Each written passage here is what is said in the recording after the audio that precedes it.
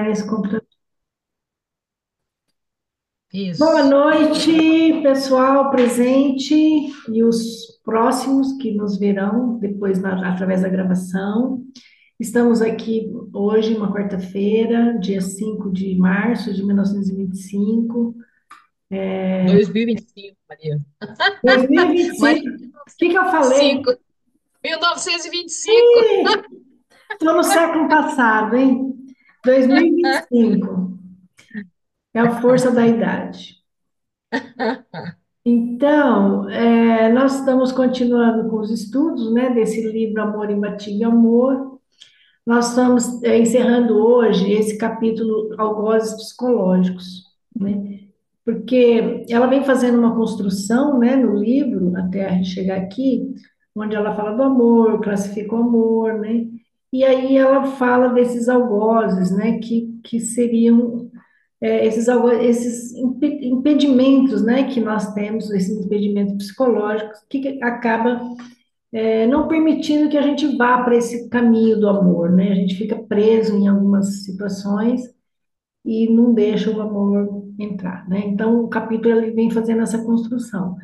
Então, nós falamos em capítulos anteriores sobre a timidez, a inibição, angústias, e hoje nós vamos falar sobre abandono de si mesmo, né? Ela vem falar sobre o abandono de si mesmo. E assim, já começando uma reflexão, né? Às vezes a gente imagina que a timidez, a inibição, a angústia, né?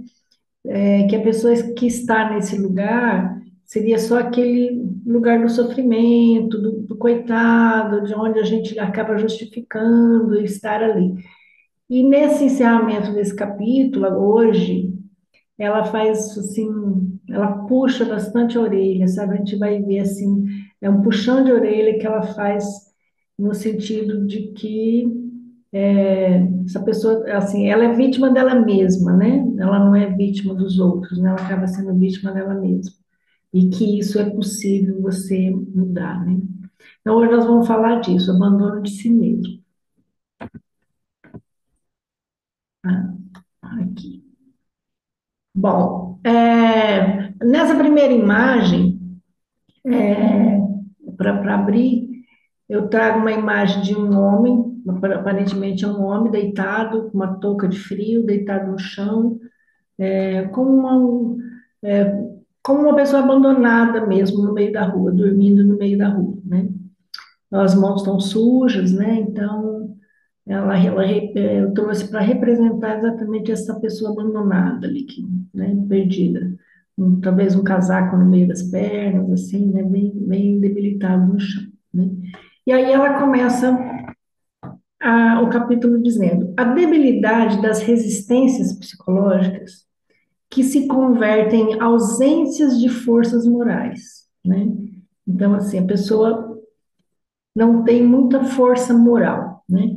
Conduz o paciente aos estados mórbidos, quando acometidos dos desconfortos da timidez, da inibição e angústia, que lhes trabalham os mecanismos da mente, deixando-o à deriva, né?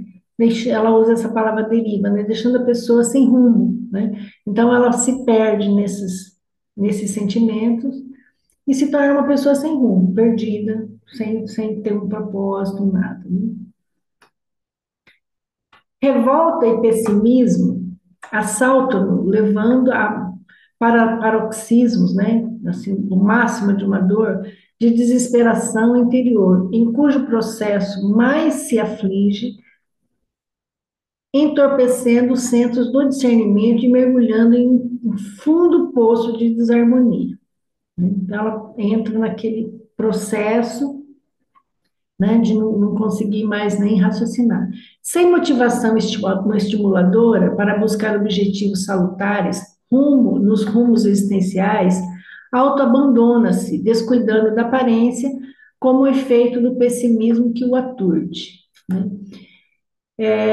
Passa a exigir, ele exige, né? Olha a palavra que ela usa, ele exige uma existência que não se permite. E quando alguém ainda se dispõe a oferecê-lo, ele recusa, agredindo ou fugindo, para atitudes de autocomiseração nas quais ele se comprasse. Então, ele está tão acostumado a ficar naquele lugar, né? Eu sou vítima, eu sou coitado, né? E não aceita, ao contrário, ela diz que a pessoa chega a exigir, né, estar naquele lugar, ele não quer sair daquele lugar. Porque coleciona azedume, né? A sua faz uma presença desagradável. Então, aquela pessoa chata, desagradável, e ele faz questão de ser desse jeito, né? Carrega a negatividade com altas doses de censura aos outros e de autorreproche, evitando-se a libertação. Então, eu fico nesse lugar, eu trago aqui, nesse slide, a imagem de uma pessoa sentada no chão também, suja, né? Encarando de frente, assim, com uma atitude como se ele tivesse é, encarando a sociedade, encarando, né, como cara de mal, né, e como se tivesse até uma censura, né, em relação a todo o resto que está em volta dele, né. Não tem nenhuma cara amigável, a cara dele não é uma cara amigável. Então, ela traz isso, né, uma pessoa que coleciona azedume, né, ela afasta qualquer pessoa dela, ela nem quer que ninguém chegue perto, né? Ela tem algumas situações que a pessoa ainda quer receber ajuda, né? Nesse caso, ela diz, não, a pessoa não quer nem receber ajuda, ela está ali e, e às vezes se torna até violenta, né? A timidez é couraça forte que aprisiona. Nós já vimos isso no capítulo anterior, né, ela falando disso, né? O tímido, no entanto, adapta-se egoisticamente, passa a viver no exílio espontâneo, que não lhe exige luta. Assim, poupando-se esforços que são inevitáveis no processo de crescimento e de conquista psicológica madura, né? Então, ela traz aqui que esse exílio espontâneo de alguma forma fica ali naquele conforto de eu não precisar fazer nada, né? Então, por mais que a gente olhe e fale assim, nossa, como que a pessoa está escolhendo ficar naquele lugar, né?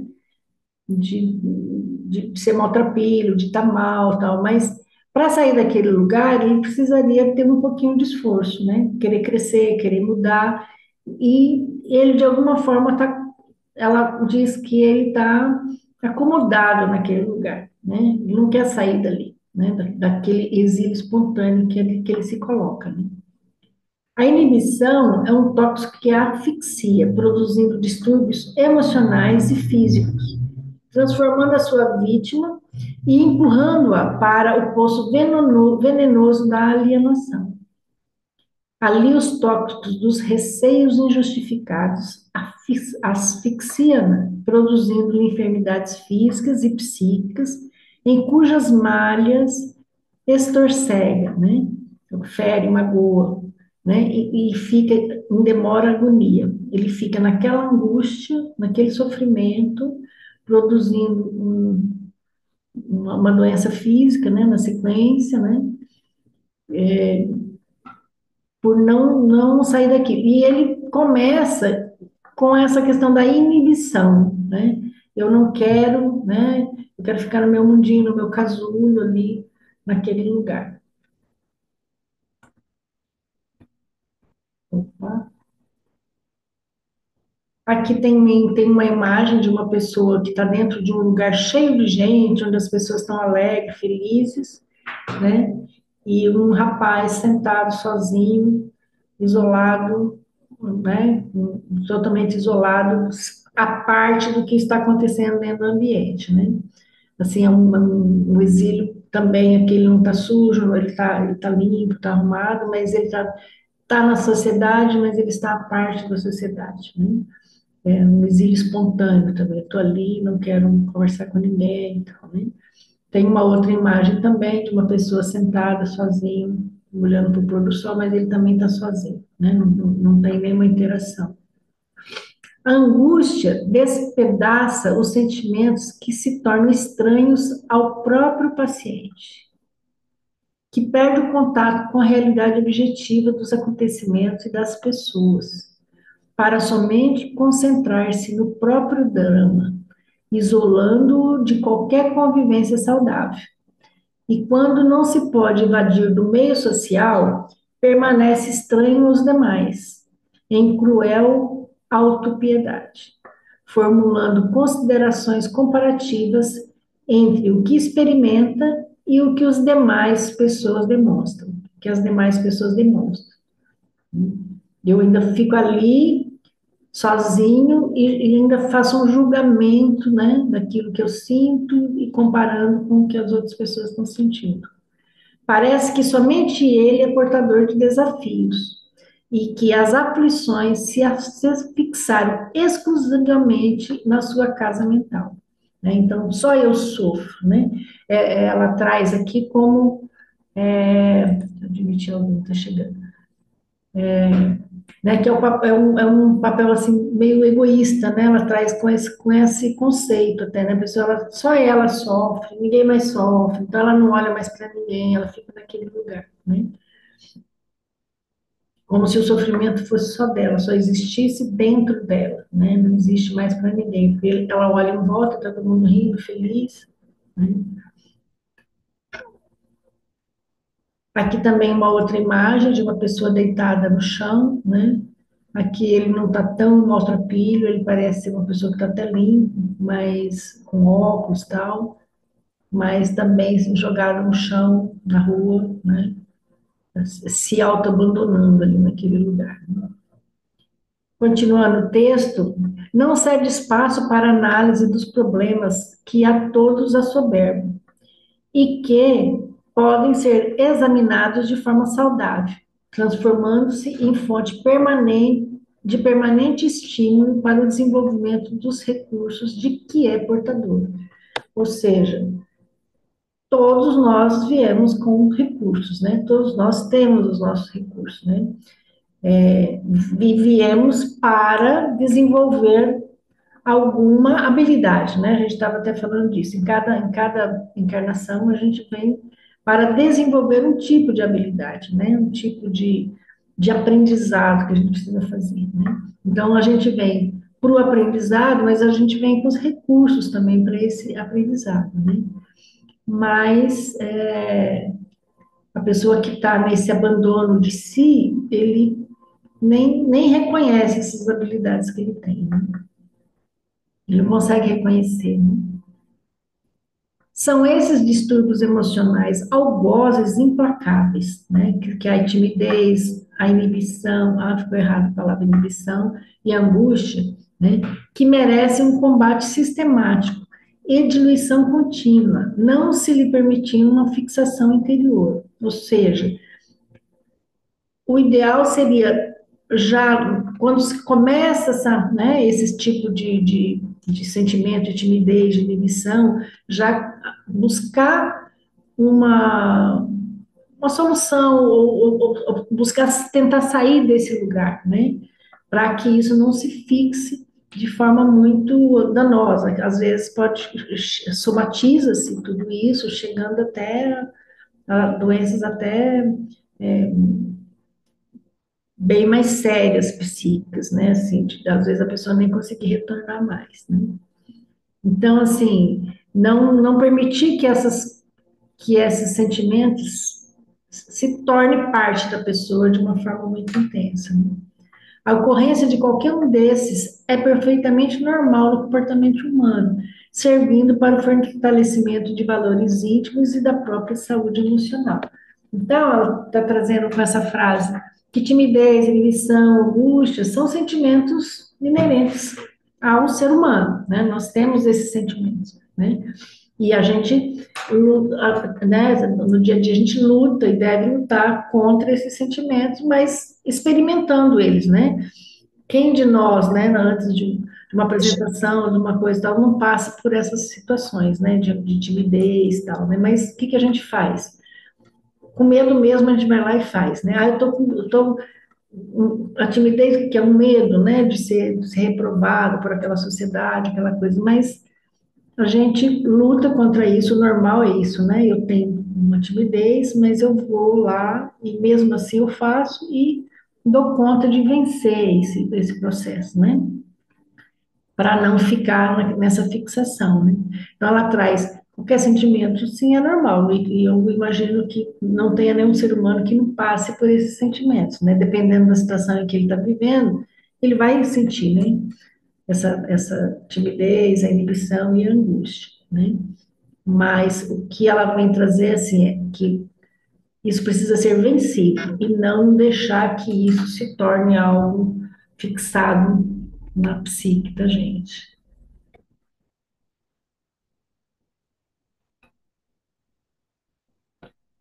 É inevitável para a sua erradicação a busca de recursos preciosos, alguns dos quais, os mais importantes, se encontram no próprio enfermo, como, por exemplo, a autoestima, a necessidade de autoconhecimento e do positivo relacionamento no grupo social, que são negados pelos distúrbios castradores. Aqui também eu trago uma imagem de alguém na terapia, sentado, né, trabalhando na terapia, né, o autoconhecimento, né.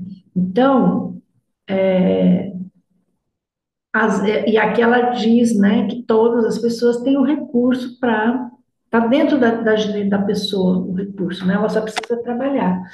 O que a gente vai perceber é que às vezes a pessoa, né, vem da infância e tal, com uma estima muito baixa, né, uma autoestima baixa, aí a pessoa, né, vai ficando naquele lugar, ficando naquele lugar, e não consegue sair desses algozes, né?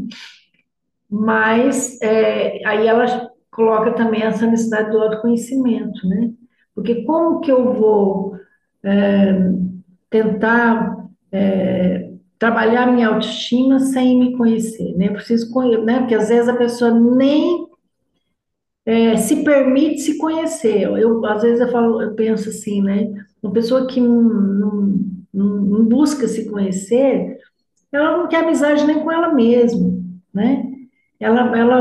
Porque a gente conhece uma pessoa lá fora, você quer saber daquela pessoa, você quer conhecer aquela pessoa, quer saber como é que ela funciona, né?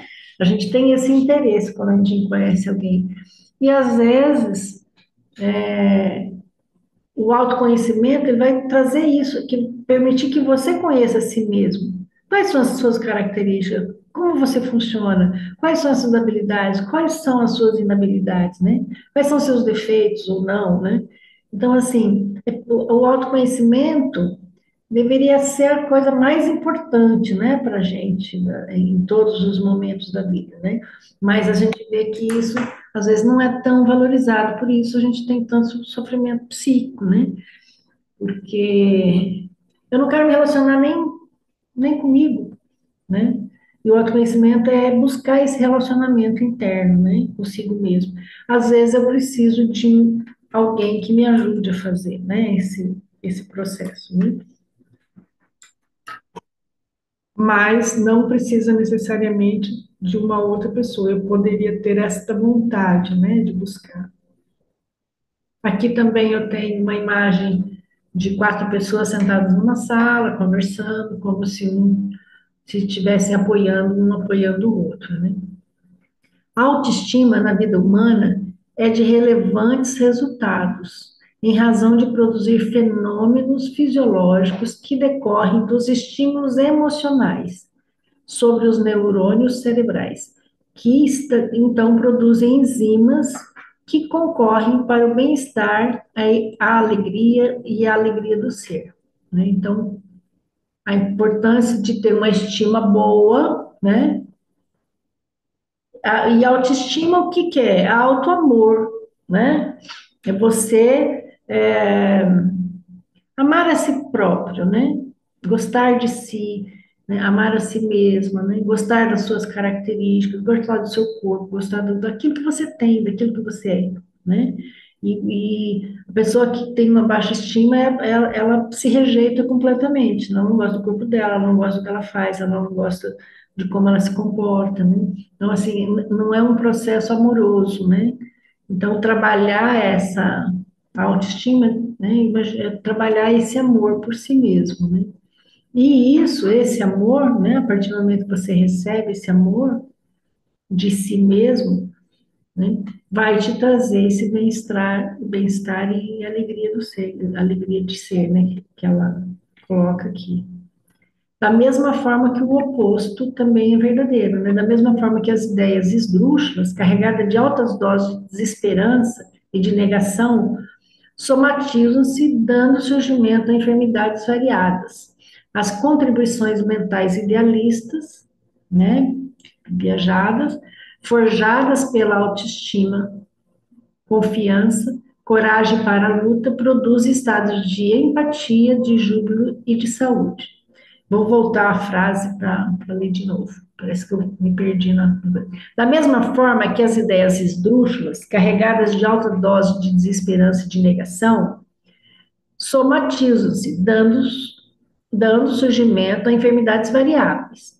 Tá? Da mesma forma que as ideias ruins, né, causam somatizam as enfermidades, as contribuições mentais idealistas, forjadas pela autoestima e confiança, coragem para a luta, produzem estados de empatia, de júbilo e de saúde. Né? Então, ela diz, da mesma forma que se você tiver o pensamento, né, trazendo pensamentos ruins, você vai ter problema de saúde. Por outro lado, a autoestima, coragem e confiança vai produzir estado de saúde.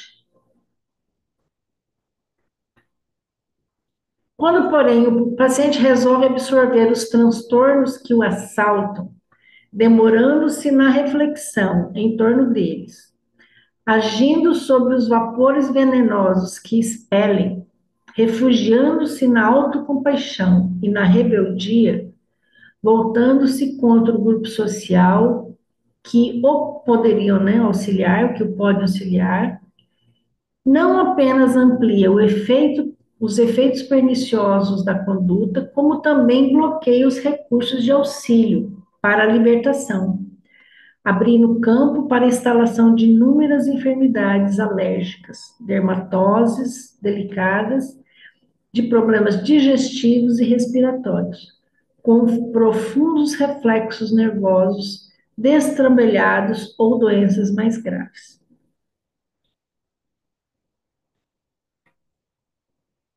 A demora por refletir, né? O que é que está me causando, né? Isso. E, e, e entender que é algo que é para ser resolvido dentro de mim, não lá fora, porque essas pessoas que estão nesse lugar, ela está sempre achando que esse problema todo é lá fora, né? Não é dentro dela. Né? Essa frase dela, eu até grifei aqui, o indivíduo é, com muita propriedade, a mente que o direciona. Né? Então, nós somos aquilo que nós pensamos, né? É isso que ela está dizendo, nós somos exatamente aquilo que pensamos. Então, se nós somos o que nós pensamos, nós também criamos a nossa realidade, né? Nós criamos a nossa felicidade, nós criamos a nossa dor, então tudo é produzido por nós mesmos, né? E não pelo mundo, somente pelo mundo lá de fora. Né?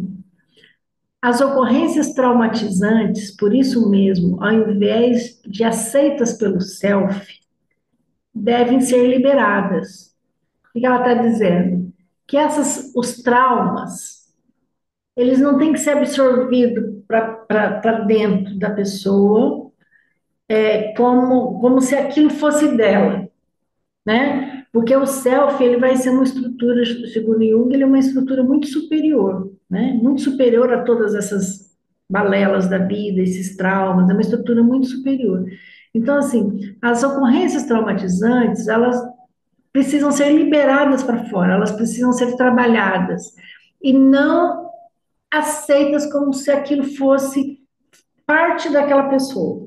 Que às vezes a pessoa, quando ela está nesse lugar, ela tem a sensação de que ela é aquilo. Ela não consegue se entender como um ser que tem um potencial muito maior, porque o self dela é muito maior, né? Muito maior, tem aquela estrutura divina, né?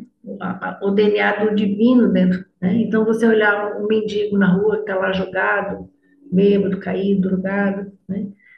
E imaginar que aquela pessoa, ela tem o DNA do divino, né?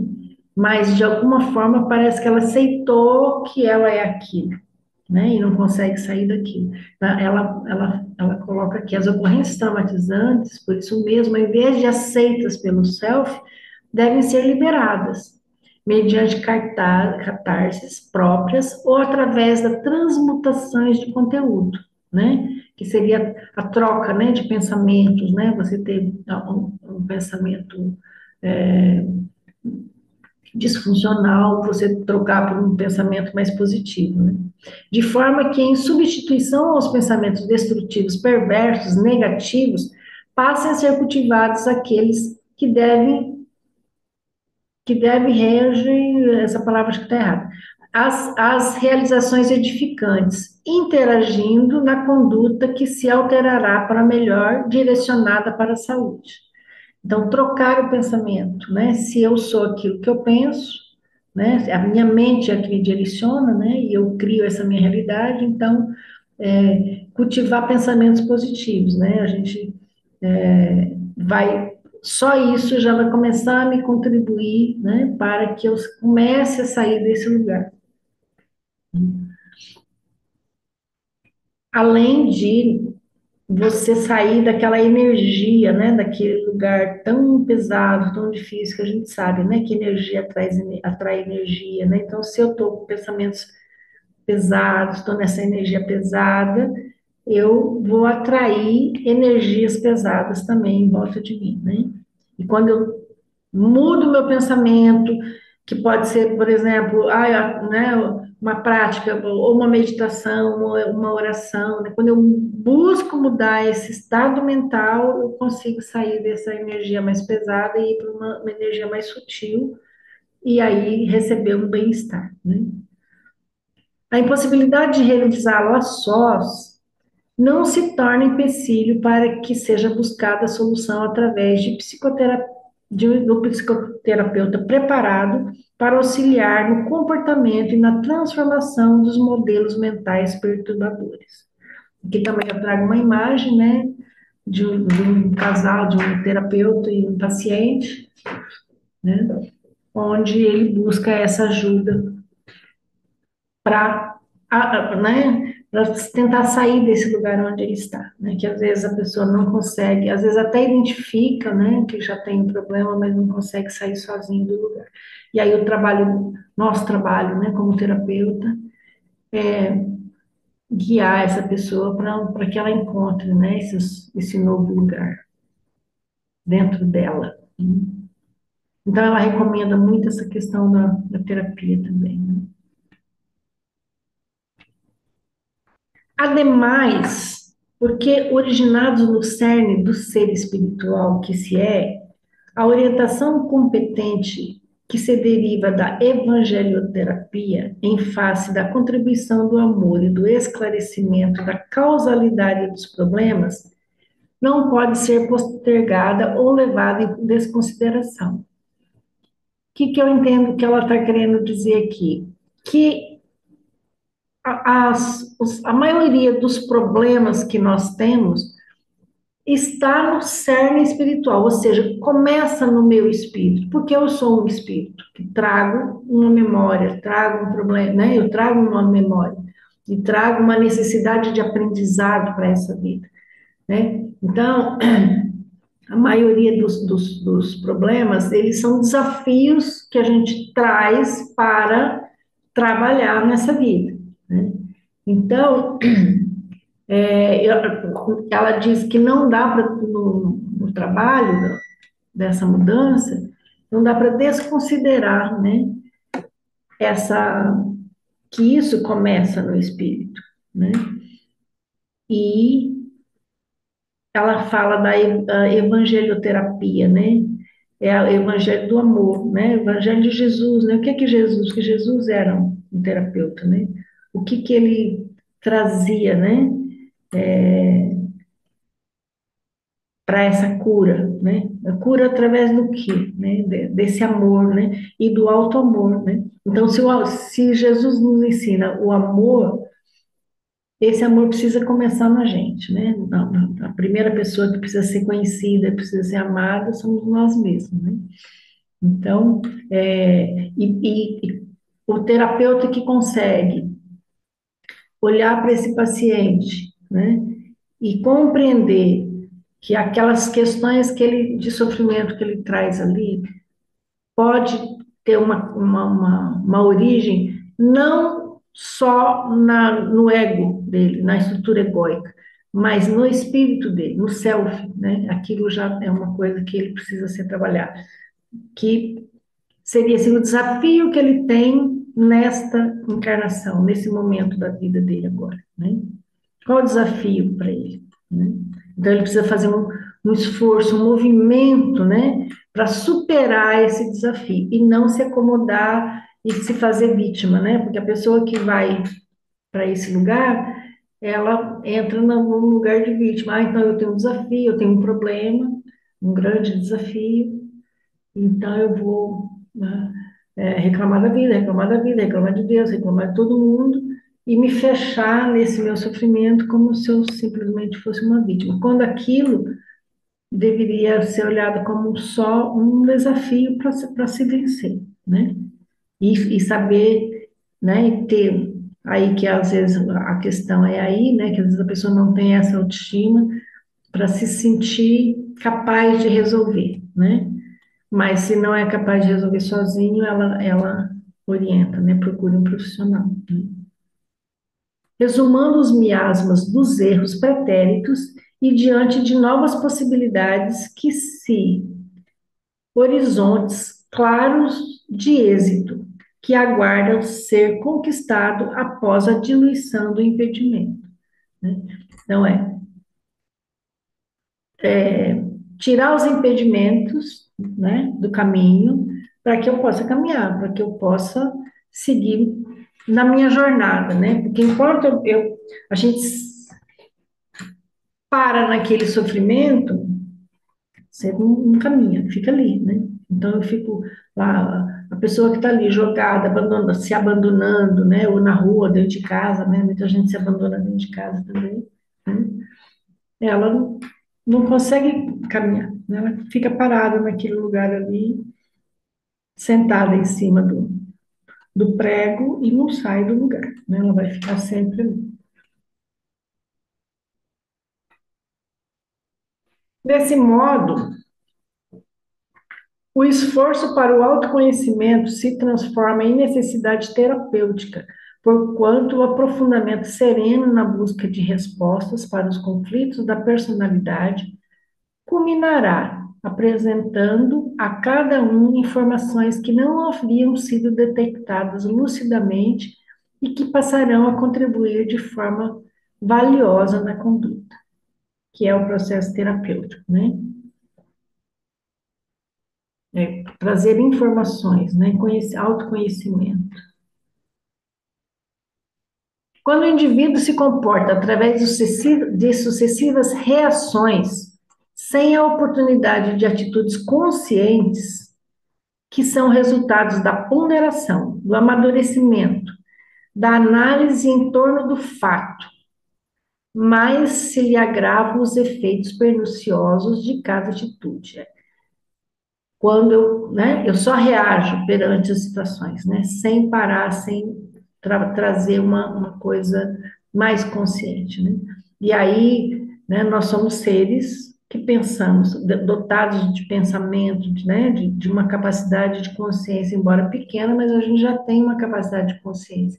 Então, ela traz que a cada vez mais trazer isso para a consciência do que simplesmente reagir às coisas, né? Reagir aos fatos, né?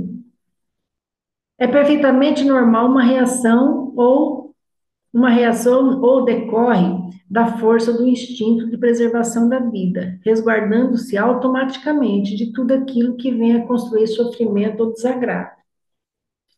E aí temos a defesa instintiva, né? No entanto, reações em cadeias, sem intervalo para a lógica, nem a meditação em volta do que está se sucedendo, torna-se morbidez de conduta, expressando o desequilíbrio instalado no campo emocional. Quando reage somente com a emoção, né? Sem parar, né? E, no entanto, reações em cadeias, sem intervalos para parar, para pensar, e realmente entender o que aconteceu naquela situação.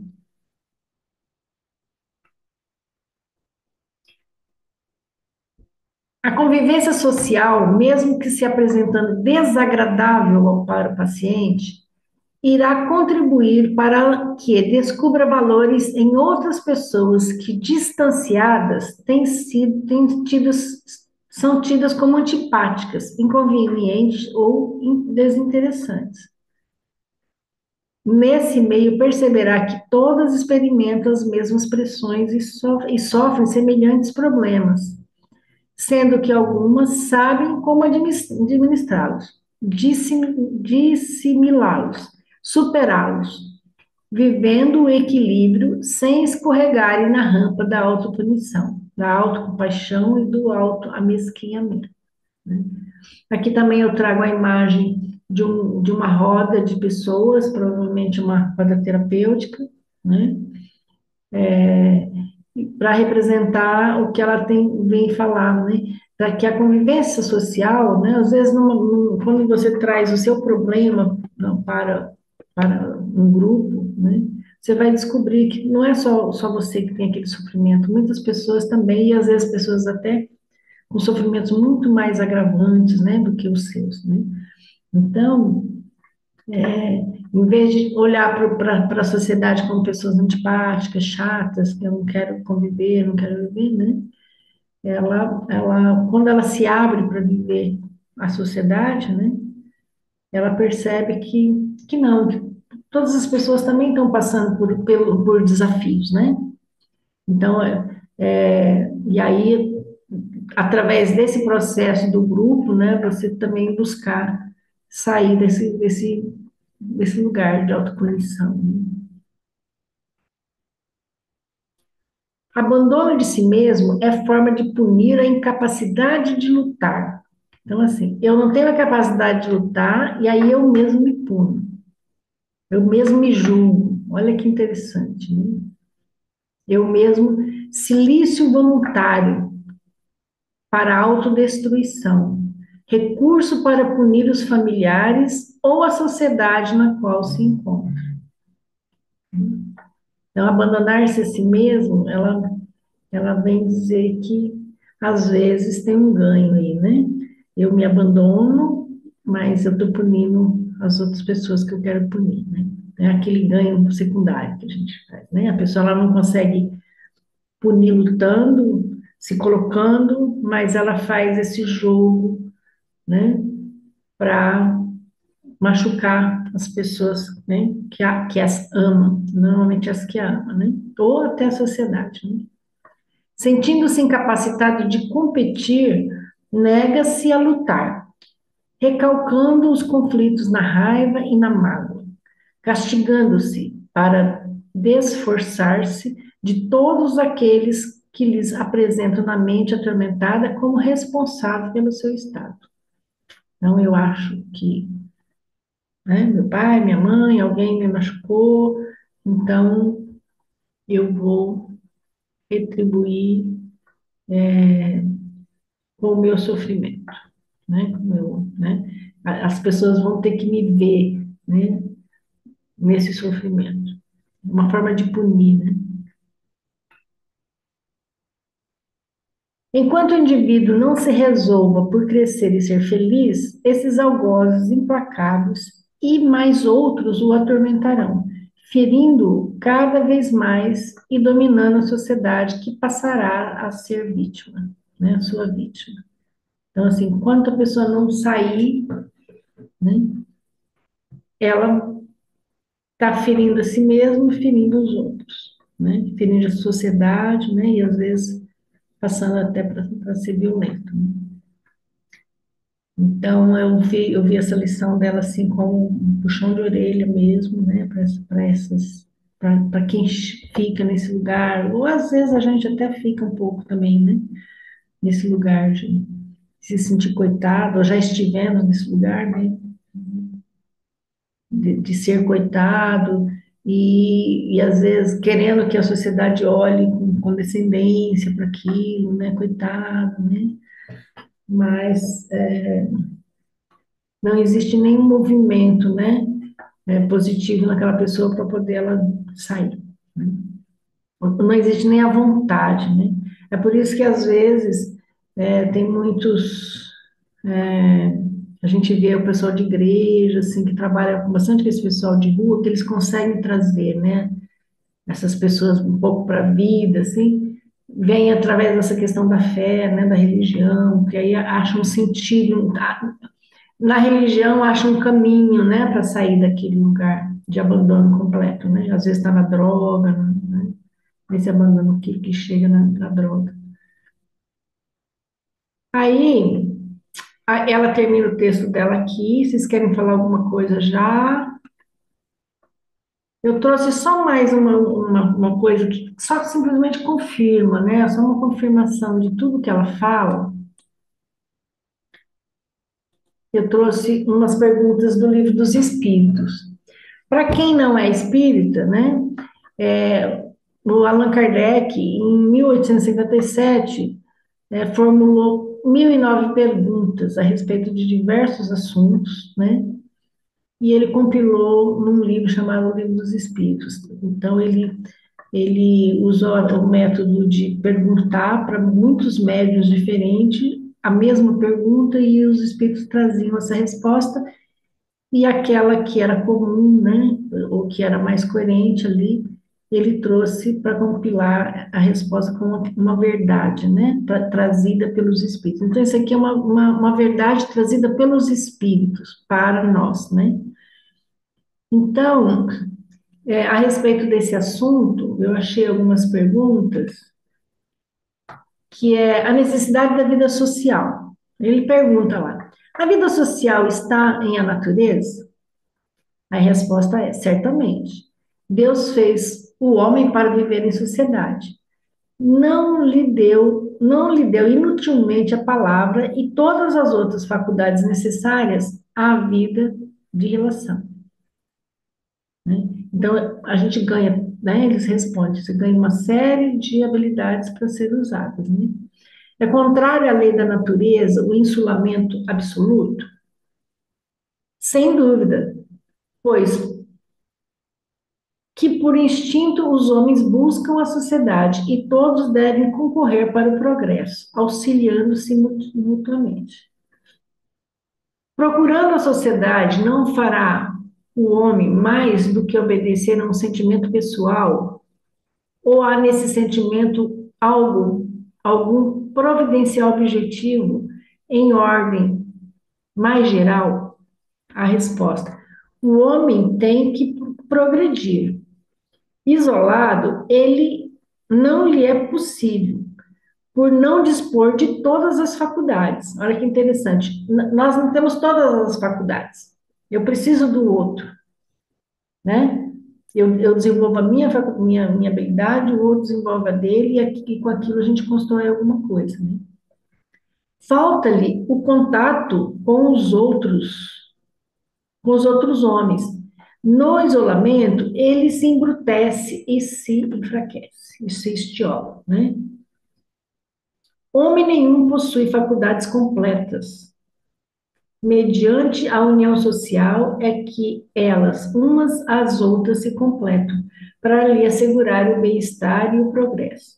Por isso é que, precisando um dos outros, os homens foram feitos para viver em uma sociedade e não isolados. Então, tá reforçando esse conhecimento, né, de que não dá para eu me isolar em mim mesmo, né? Não é natural isso.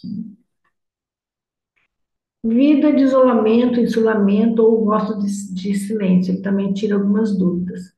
Concebe-se que, como princípio geral, a vida social esteja na natureza, mas uma vez que também todos os gostos estão na natureza, por que será condenável o do isolamento absoluto, desde que cause satisfação ao homem? Ele está perguntando se eu posso ficar satisfeito e isolado? Por que que né? Por que que isso não é legal? Satisfação egoísta, então, né? Ela também, quando ela formula todo o capítulo, ela coloca como se tivesse um egoísmo, né? Nesse estado da pessoa. Aqui também eles falam satisfação egoísta. Também há homens que experimentam satisfação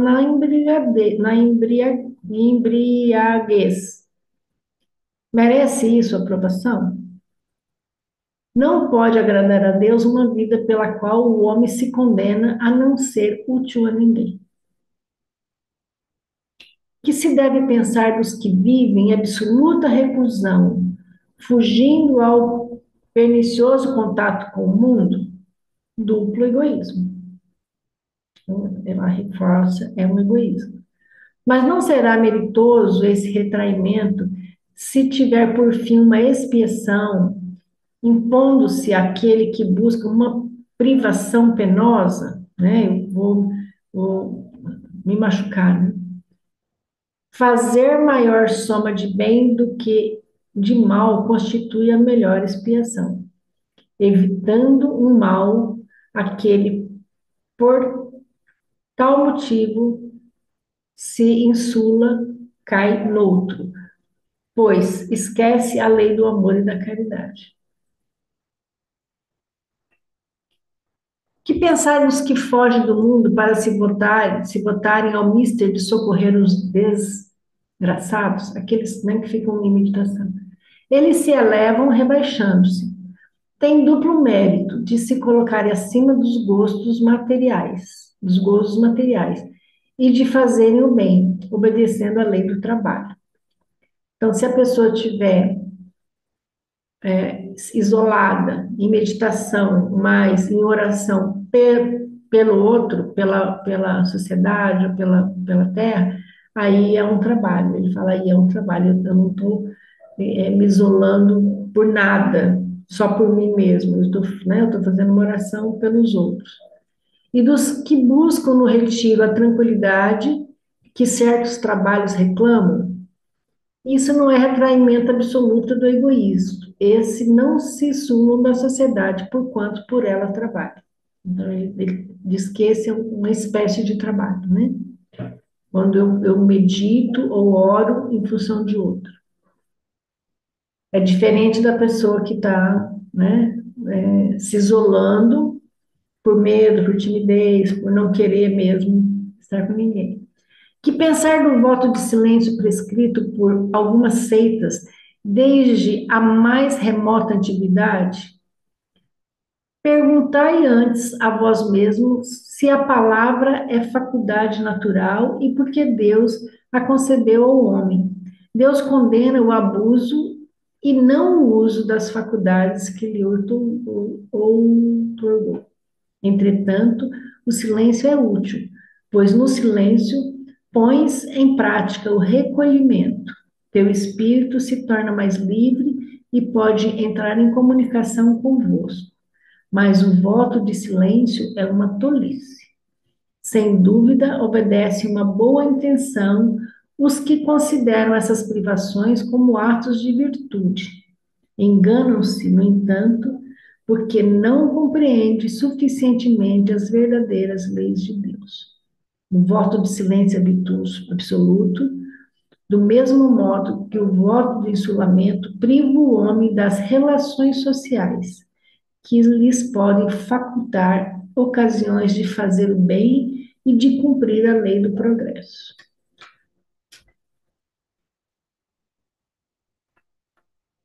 Aí, a última. Qual o meio prático mais eficaz que tem o homem de se melhorar nessa vida e de de resistir à atração do mal? A resposta é: um sábio da antiguidade vos disse, conhece-te a ti mesmo. É isso. Então, assim, eu quis trazer isso que os espíritos trazem, que é exatamente o mesmo, né? Fala o mesmo assunto, com o mesmo tipo de resposta, só que com outras formas de colocar, né? mas assim, essa é uma repreensão, né? Eu vejo assim como uma repreensão para quem se coloca nesse lugar de isolamento, né? E esse isolamento deve ser combatido para que a gente consiga, né? Para que o amor entre e a gente consiga dar conta do processo do caminhar. Ok, meninos, era isso. Acho que eu trouxe aqui. Posso tirar, eu vou interromper o compartilhamento. E aí, o que nós vamos falar sobre o assunto? Quem quer colocar? Abrir o áudio, né? Então, Podemos ampliar. interessante o penúltimo parágrafo, né? No qual Joana ela, ela traz uma conclusão, vamos dizer assim, que o abandono de si mesmo é uma forma de punição, é uma punição que a pessoa assume para si ou para os seus familiares ou para a sociedade em que ela está inserida. Eu acrescentaria, inclusive, que isso me lembra muito a relação que há entre a, o que é espiritualidade em nós, né? A relação conosco, a relação com o outro e a relação com Deus. Então, quando eu me abandono, eu primeiro eu abandonei a minha relação com Deus, né? Eu abandonei a minha relação com Deus. Eu de alguma maneira eu não me relaciono mais com Deus. Uhum. E não me relacionando com Deus, eu não consigo me relacionar nem comigo e nem com as pessoas que me cercam. E é interessante a Joana dizer que isso é um processo de punição, né? Porque a punição vem quando há culpa, né? A gente se sente culpado de algo, ou por não ser capaz, ou por não querer, né? E não assumir que não quer mesmo Uhum. competir ou chegar a um ponto, ou alguma coisa dessa natureza. Então, eu achei muito interessante, porque a gente constata isso e não precisa ir longe. Às vezes a gente constata em si. Eu já constatei processos semelhantes em mim. Quando, por exemplo, alguma coisa me fez muito mal, e eu falei, bom, então eu também não quero mais brincar. Não quero mais brincar disso. Eu, eu vou. Não quero mais. Me desinteressei. Acabou. Né? E tchau, Denilson. E, assim, quando a gente às vezes não se sente capacitado ou não quer se capacitar ou não quer pagar o preço, né? Porque tudo tem o preço, né? Você por exemplo, para você se capacitar profissionalmente, você tem que fazer uma formação, você tem que estudar, você tem que dedicar horas, você tem que abdicar de lazer, de um monte de coisa. E muitas vezes a gente não quer pagar esse preço, a gente quer magicamente, vem aquele pensamento mágico infantil, que a gente quer ficar capacitado sem pagar preço nenhum. Uhum. Então, eu percebo assim que quando a gente desiste de algo, a gente pode muito bem correlacionar com essa E foi essa correlação que eu percebi com esse parágrafo que Joana diz. A gente entra em estado, o abandono de si, a desistência de si, é um estado de punição. Porque Ou para si, aí, assim, completando seu raciocínio, ou para eu o não faço. ou para todos ao mesmo tempo, né? Ou para todos ao mesmo tempo. Desculpa, Maria. Não, eu peço desculpa que eu acabei interrompendo. Mas, assim, completando o seu raciocínio, eu não faço porque eu não estou querendo fazer. Mas, ao mesmo tempo que eu não faço o que eu estou querendo fazer, me vem a culpa de não fazer. Porque eu já sei que eu É, deveria fazer, eu já sei que eu deveria fazer. Então, vem a culpa, né, por não fazer, né? Aí, eu às vezes não quero pagar um preço, não quero assumir que não não quer quero pagar o assumir, preço, exatamente. não quero assumir que eu realmente estou num processo complicado comigo, com Deus, com alguém, com a minha família e tal. E aí eu me abandono, aí eu abandono, eu desisto de algo. E aí eu fico naquele estado infantil de que eu busco que alguém me tire daquilo, quando na verdade a única responsabilidade é minha mesma. E de alguma maneira a gente submete os outros a estar em dependência desse processo que a gente traz. Exatamente assim, a gente é mais ou menos assim. O que você tem? Nada. Mas fica lá com o burro amarrado, né? E a pessoa que está em volta está ali procurando, e a gente com aquele silêncio, com aquele burro amarrado ali, na verdade está submetendo a pessoa a estar pendente, dependente da gente E o seu e sofrimento? do clima que a gente instalou, né? É isso, acho que acabei me alongando, desculpa. Não, Para isso mesmo, Luca. posso? Claro, vai, Edna. Para mim, esse título ficou lá na primeira frase dela lá. A debilidade de resistências psicológicas que se convertem em ausência de forças morais. Então, assim, a Olga falou da questão do deslocamento, né, do abandono, né, de Deus, de si, dos outros.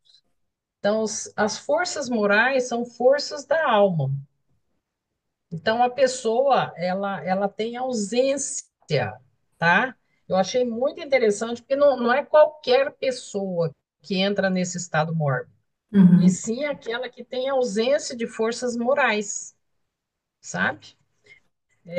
Então, é uma das coisas que me chamou atenção. Outra coisa foi a questão do próprio comportamento e pensamento, né? Traz somatizações. E eu achei muito interessante ela falar somatizações no processo, no processo digestivo e respiratório, né? A digestão na parte do aparelho digestivo é aquele que a gente engole e não sabe e não deixa sair, né? Uhum. Engole, engole, o troço não sai. E respiratório tem a ver tudo com afeto, né? Então, olha que interessante, eu achei muito interessante isso, sabe? E aí, depois no fim, a Maria até concluiu, eu achei ótimo você colocar aquelas questões do Livro dos Espíritos, que eu acho que ficou uma conclusão bela. Eu já tinha notado aqui, né, que a pessoa, ela entra no estado de egoísmo, ela ainda é muito egoísta, né, quando ela fica em autopiedade e não tem empatia nenhuma pelo outro. Pelo contrário, se ela tem um ganho secundário, né, de submeter o outro, né, ao processo ali de convivência, de repente é casal, é filho, sei lá, é bom, convivência do sistema familiar, né? Então, assim, é uma pessoa egoísta ainda, porque tem ausência lá das forças morais, não tem ainda isso, né? Então, ela entra nesse processo, sabe? E eu lembrei aqui que lá a Maria focou bastante a questão das imagens, né, daquelas pessoas que estão abandonadas na rua, às vezes até, eu lembrei muito do pastor Milton, que o pastor Milton às vezes convida, né, os que estão na rua, e muitos não querem sair, né, Sim. por abandono de si mesmo, ou por não querer obedecer regra, disciplina das instituições, né, Uhum. por muitos motivos, né? Mas se a pessoa ela ainda está ainda na fase inicial dessa evolução moral, ela não vai ter essa reflexão, esse discernimento, né? E lembrando aqui que nós temos duas formas de fazer acontecer, né? A maioria é da reação, né? Às vezes a gente reage, né? E aí hoje eu estava vendo desses negócios que a gente assiste aí sobre sombra do Jung, né? E aí lá a pessoa que estava fazendo um comentário dizendo que quando a gente reage, por que a gente reage, né? Quando a gente é por dois motivos, ou preguiça ou medo, por esses motivos, né? E ao invés de agir, e a ação, ela vem por qual tema, né? Pela coragem, mesmo com medo, a pessoa vai para a ação. Então, o que está nessa condição de abandono de si mesmo, ele não faz nenhuma coisa nem outra. Ele nem reage, ele nem age, né? Ele está lá ainda no muito primário ainda, sabe? No muito Sim. primário. Eu lembrei também no final, que a Maria até também comentou, e aqui eu encerro, abandono de si mesmo tem a ver com as questões da adicção, né? Eu lembrei bastante, né, desse público. E quando a gente fala de egoísmo, né, de pensar em si mesmo, ou não pensar em si mesmo, né, mas às vezes querendo também chamar a atenção do outro, da sociedade, sei lá de quem, né? Tanto o dependente, o que vai para as drogas, né, o álcool, quanto aquele que tenta suicídio e às vezes consegue. Eu acho que eles todos têm mais ou menos esse mesmo comportamento, sabe? Um comportamento assim. Talvez seja isso, talvez seja aquela primeira frase da Joana lá, né? Ainda não tem aquela firmeza psicológica, né? Por Moral. falta dessa evolução moral ainda estar muito, muito ainda nascente, né? Não sei, eu pensei nisso. Aí eu encerro aqui. E aí essa firmeza moral pode ser um espírito ainda jovem, que ainda está muito infantilizado, ou pode ser da formação desta personalidade mesmo, do ambiente por onde ele veio, né? Pode ser, ele pode ter vindo num ambiente também que não proporcionou para ele esses valores, né? Do pai, da mãe, da família, né? Para ele se estruturar, né? Psicologicamente, né? Construir um ego mais estruturado para dar conta A dessas primeira opção, dificuldades que Maria, vão surgir, a tá? primeira opção, eu acho que nessa fase da Terra tá difícil de ser, né? É. Nós temos aí uma caminhada, uma trajetória bem grande, a maioria da humanidade. Eu não sei se tem exceções, né? Hum, Então, acho que pode ser a segunda, sim, a influência de onde a do meio, pessoa, né? né, a criança Hum, nasce do meio, é grande. Mas a é, gente sabe que a Joana mesmo traz, né? A gente é, traz coisas lá da nossa história, né? é, Então, acho que reforça, talvez seja uma prova, e aí aquele espírito ainda não tem aquela fortaleza, e aí ele não consegue. hum. O conjunto das duas coisas, né, também, né? Eu acho que uma coisa soma com a outra, né? Quem mais? Cláudio, Murilo, Andréia, Andréia. quem está com a mãozinha? Tem mãozinha? Não estou vendo Não estou mãozinha. vendo mãozinha. Quem quer falar? Querem contribuir ampliar um pouco mais o conteúdo? A Cláudia levantou o dedo. O meu som não está bom, né?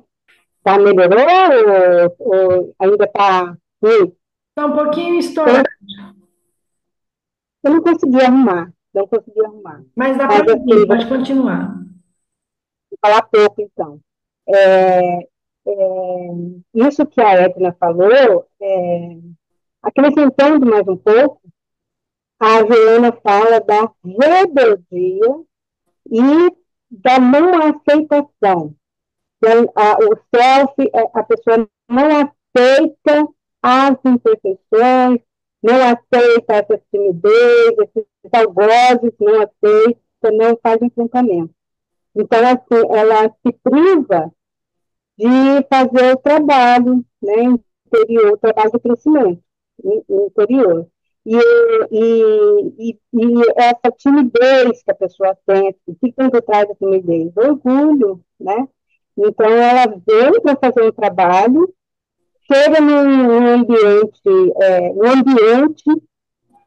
cultural, tudo, genético, às vezes com limitações e tudo, e não se propõe, como a Edna falou, ela não se propõe a fazer o trabalho. Por falta de estrutura, por falta de apoio, então existe uma série de coisas ali que interferem, né? Não é só, eu pensei também na questão da preguiça, né? Que a pessoa preguiçosa no seu trabalho de evolução, mas não é só isso, é um conjunto de coisas, né? Porque ela não tem estrutura, né? Psíquica, não tem energia psíquica para enfrentamento, ela, ela se priva do social, que é o social que lhe vai dar a força, o social que vai lhe dar os exemplos, né? É o social que vai reverberar nela, porque olhando para o outro, você olha o que você tem, né? E você faz um enfrentamento e vai se autodescobrindo. Então, a pessoa se priva de uma série de fatores ali que faz com que ela se auto-imploda, assim, sabe? Esse enclausuramento que a Maria falou, né? Então, é triste ver uma pessoa nessa situação, né? Às vezes você tenta ajudar, você tenta, né? Mas se a pessoa, como a Olga também falou, né? Não tiver aquela luzinha lá, que é aquela ligação, com a luzinha interna, que é Deus, que é a centelha divina que ela tem dentro dela, ela não vai conseguir sair, né? Ela vai ficar patinando ali, aí fica a vida inteira patinando, né? Então, minha contribuição, eu comprei um livro por um acaso lá na Arquitécnica, eu fui lá ver um livro lá, eu estou fazendo estudo de Joana lá em casa do Sheila, e aí eu achei um livro da Emente Dussou, que fala sobre relacionamento. Achei jogado, assim, eu acho que nada por acaso. Estava numa banquinha, jogado, e ele estava com plástico por fora, eu não pude olhar por dentro, mas eu comprei, e é um achado maravilhoso, que ele fala isso. E é as nossas sombras mesmo, né, que estão realmente bem, nós estamos num estágio de sombreamento, primitivismo muito grande, né? Então, eu pensei também na questão dos complexos, que a pessoa também os complexos, eles impedem muito quando a pessoa constela, impede muito da pessoa sair e essa força de sair da constelação, sabe? É muito poderosa essa questão dos complexos, né? Então a Sim. pessoa fica ali fica constelada com aqueles complexos, né? De inferioridade, de um monte de coisas ali, de ansiedade, enfim, vários complexos ali que estão constelando e a pessoa não consegue sair daquilo, né? Então, assim, e traz essa carga também para acabar de completar, né, para piorar a situação, traz essa carga, né, das outras encarnações passadas, do que ela tem que enfrentar, então ela já traz essa resistência do que ela tem que enfrentar nessa vida atual, né? Então, tem muitas coisas aí, né? Então, acho assim que o relacionamento, né, que está no social, isso nos ajuda bastante, ajuda a pessoa, porque ela vai se olhar, vai conseguir, através de exemplos, através do comportamento, ela consegue sair, né? Da ajuda, as pessoas às vezes fazem esse trabalho de ajuda caritativa, né? De assistencialismo social, que também ajuda bastante, né? Às vezes algumas pessoas conseguem sair, né? Dessa situação assim, que é muito mórbida, né? Acho que é isso que eu queria complementar. Muito bom, Cláudia. Obrigada. Murilo? Vamos lá. Então, a gente começa aí com essa não aceitação, né? E também a questão do processo, né? Ou seja, é um processo composto e complexo. Então, vamos lá, eu vou tentar reunir aqui os meus insights diante do que você falou. Eu vou começar de trás, lá do final para o início. Nós não temos todas as faculdades, né? Olha, eu quando jovem, eu não sabia o que era orgulho, né? E eu lutava, me esforçava incansavelmente para ter tudo. Num determinado momento, de tanto ir para várias denominações religiosas, eu percebi que eu não ia ter todas mesmo. E o que eu precisava do outro, e eu precisava conviver com o outro, e eu teria que pagar o preço de conviver com o outro. Eu ia ter que sair de dentro da minha ostra, né? Do meu ostracismo. E eu não estava disposto a pagar esse preço.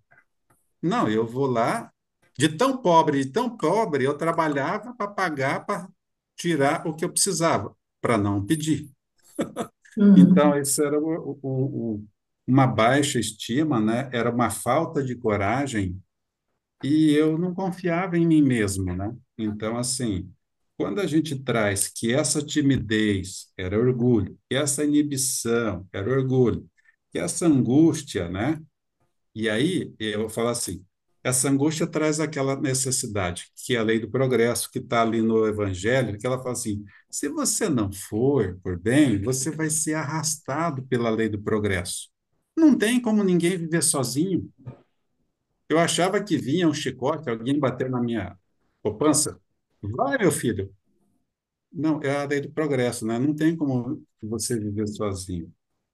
Então, tá, relacionamento, vida social e progresso. E aí o que a Edna falou, né? Como que ali, naquelas leis morais, você trouxe, né, o relacionamento, vida social e lei de progresso. Então, foi muito legal. E o processo evolutivo, né? O quanto essa questão da sombra, que está na personalidade ali, isso também está no livro O Prazer de Viver, de Hermance Dufour, né? O quanto é que aquela sombra ela traz isso, né? Eu não quero saber por que que eu estou tímido. Eu não quero dialogar com isso. E aí volta no início, né? Eu não tenho força moral para dialogar. Aí vem a importância nossa de psicólogos na construção dialética, de fortalecer esse ego, de tirar ele do processo de infantilização, né? Para ele amadurecer, para a gente poder enfrentar, né? Esse abandono de nós mesmos. E olha que coisa linda, né? Esse abandono de si, e aí a gente pega o si enquanto self, é nossa essência divina. Eu me lembro da psiquiatra, logo que desencarnou, né, a minha primeira companheira, ela falou assim, ele tinha passado 6 meses lutando com várias coisas, não queria tomar remédio, e com a psiquiatra, eu procurei outra, ela olhou para mim assim, esse aqui eu tentei me matar aos 18 anos, mas é por causa disto aqui que eu resolvi escolher ajudar outras pessoas também a não se matarem. E eu queria te fazer uma pergunta. Na primeira sentada, você consegue fazer um Pai Nosso? Eu olhei para o rosto dela e falei assim, você matou a charada no primeiro encontro? Você sabe que eu estou revoltado com ele? Mas é porque, a partir dali, eu não queria mais viver. Eu tinha me abandonado, né? Eu tinha me abandonado. Eu tinha perdido a coragem, a autoestima, a confiança. Foi, poxa, então, para que que eu sirvo? Para nada. Então, assim, como é bom hoje poder a gente olhar para essa evolução intelectual, primeira, né? A moral, a aceitação que a Joana traz, né? Porque se eu não. A psicologia positiva traz isso, né? A humildade é uma das forças de caráter. E humildade é limite. Então, se você não tem limite, você vai machucar, vai se machucar, e ainda pode machucar o outro. E a importância dessa humildade enquanto limite, ela começa com a aceitação, igual a Joana trouxe. Só que, para você conseguir essa aceitação, você tem que mudar tantas coisas, adquirir tantos hábitos novos, que vai formar esse conjunto que se chama, de novos hábitos, que se chama educação.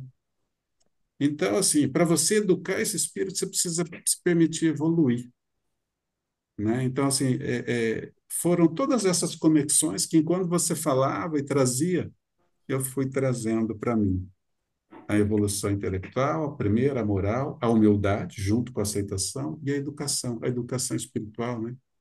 Até porque quem erra é a carne, quem erra é o espírito. O espírito. E aí eu saio, às vezes, punindo a carne, né? Eu saio punindo o corpo, o material. E o equívoco tá no nascedouro, está no espírito, né? E aí a gente precisa fortalecer ele com o que você abriu hoje, as forças morais. É isso que ficou para mim. Muito bom, Murilo. Andréia, Ô, Murilo, você está Bom, por aí? ferrou. eu tô aqui.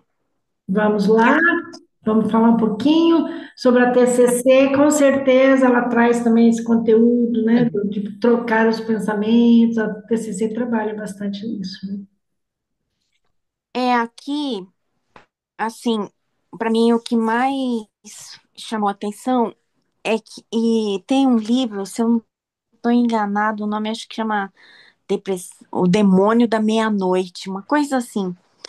Que ele, apesar de ter esse nome, O Demônio da Meia-Noite, ele fala sobre pacientes depressivos. E Ah, aí ele fala muito que esses pacientes, eles acreditam que foram abandonados por Deus, que Deus não existe, que Deus esqueceu eles e tarará. É, numa das pesquisas, né? E aí, então, essa parte que ela fala assim, volta e pessimismo. É, É esse nome mesmo, André. Já estou aqui é no livro. Galdino, nome Luiz Galdino. isso, mas ele é todo, assim, foi todo escrito com base em pesquisas feitas com pacientes depressivos.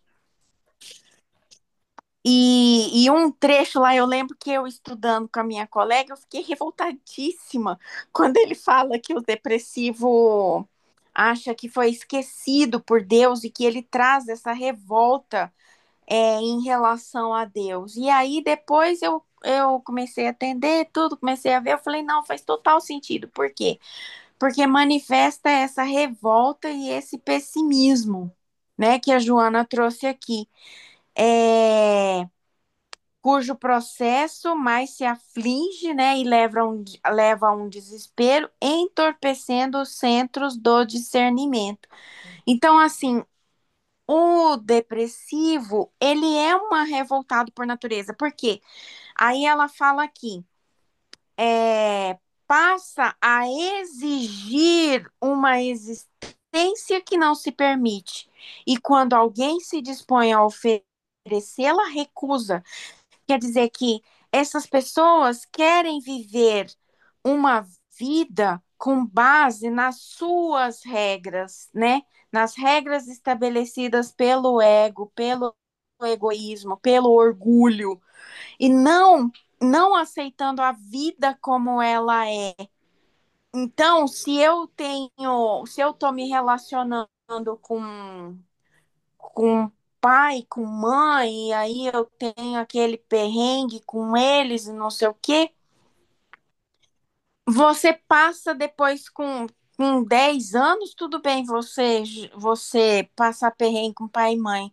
Com 20 anos, tudo bem você passar perrengue com pai e mãe. Mas com 40 anos, continua ainda na conta do perrengue do pai e mãe? Com 80 anos, com 60 anos, continua na conta do perrengue de pai e mãe? Então, quer dizer que se a pessoa tivesse desenvolvido novas estratégias e saísse dessa exigência, né? Ela desenvolveria novas estratégias, desenvolveria novas habilidades e construiria uma vida diferente, mudaria de fase no videogame da vida, né? E aí ela fala: por que coleciona azedume? A sua faz-se uma presença desagradável. Aí tudo fica contando, vai virando um círculo vicioso e continua colocando na conta do ambiente, na conta dos pais, na conta do vitimismo e por aí vai. Então, esse trecho, embora a gente está falando do abandono de nós mesmos, me remeteu ao estudo desse da depressão, que também não deixa de ser um abandono de nós mesmos, né? Sim. onde a gente, onde a gente deixa o orgulho e esse egoísmo dominar as nossas vidas e reger as nossas vidas e as nossas escolhas. Então, esse para mim foi o ponto mais forte. E me remeteu aqui também que às vezes a gente vai se colocando nesse isolamento, como ela falou, você entra nesse isolamento por escolha. Primeiro entra por uma condição, depois fica por escolha e depois não consegue sair mais, né? Eu tinha uma paciente que ela ficava assim, isolada em 30 metros quadrados e amava aquilo. E aí ela usava o Jung para justificar. Deixa eu ver se eu acho a frase do Jung, que eu não vou lembrar, que Ah, ela falava que quem olha para a dentro, solidão. quem olha para fora, quem olha para dentro desperta e quem olha para fora sonha. Não, era sobre era sobre a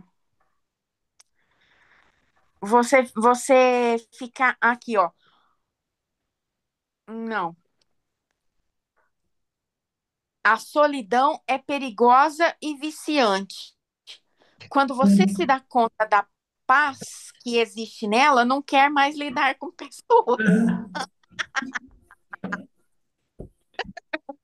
Porque pessoa vai obrigar você a negociar, pessoa vai obrigar você a ver um outro ponto de vista, pessoa vai obrigar você a achar um consenso, né? Um meio termo. Enfim, pessoas, né?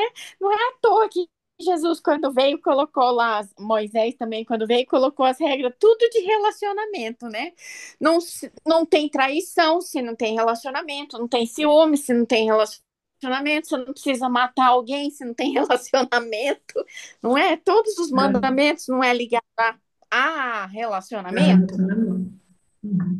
né? E aí ela falava isso, a solidão é perigosa e viciante. Quando você se dá conta da paz que existe nela, não quer mais lidar com pessoas. Ainda botou na conta do Jung. Eu não sei se foi o Jung mesmo que escreveu ou não, mas ela assinou como Carl Gustav Jung. E aí vocês depois contradizem. É só isso que eu tenho para falar. Mas era outro Ah, contexto, né? Ela pegou, pegou um recorte do Jung e era completamente no outro contexto. E lembrando que relacionamento nas fichas de triagem da BRAP é praticamente também 100%. A questão 100%, né? dos problemas. Uhum. Nas, nas, nas minhas fichas também. Nas minhas fichas também, meus pacientes só Né? têm problema de relacionamento. Pois É é. porque é no relacionamento que estão os desafios, né? É. dizem Né? Os isso. desafios estão no relacionamento, porque estar sozinho realmente pode ser bem Fundamento tranquilo. um, né? Se você vai ficar sozinho. É, mas aí o que vem, né, na lição é exatamente isso, é um egoísmo, né? Querer estar só, não se relacionar, né? Não é só um direito que você tem. Tudo bem, pode ser é uma escolha que você pode fazer, mas isso é um egoísmo e não vai te ajudar no processo de aprendizado, de evolução, né? Você vai ficar ali naquele mundinho egoísta, né? Tem aquele, né, que o cara foi se isolar numa caverna para fazer o autoconhecimento, né?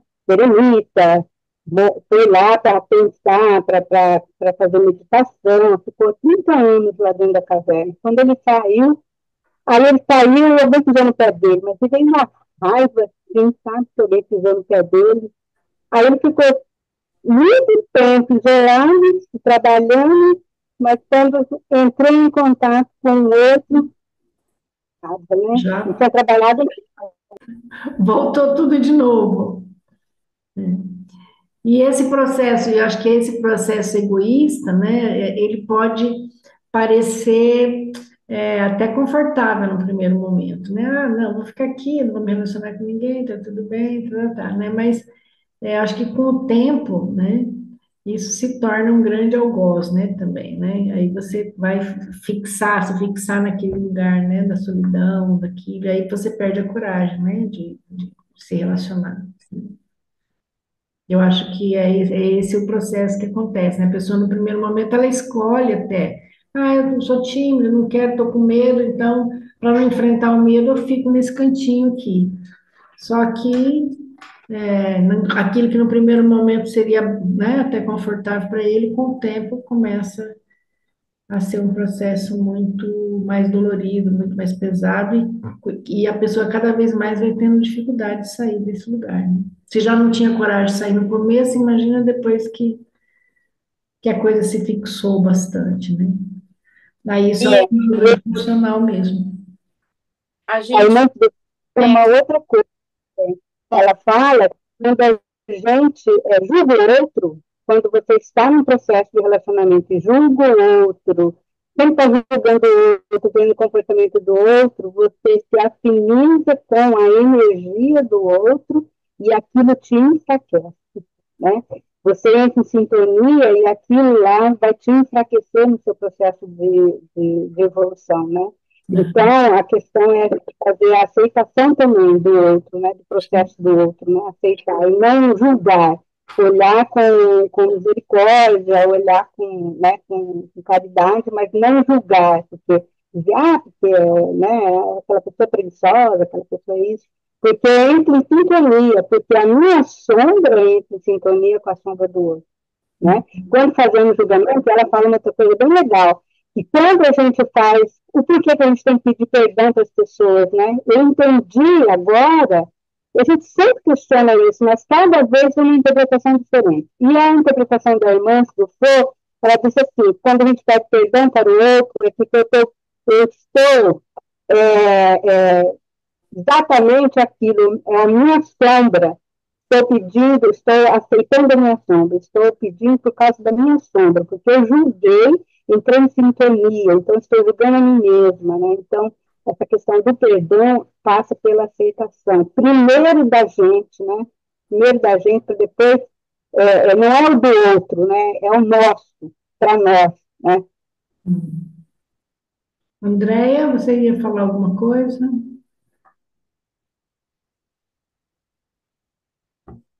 travou.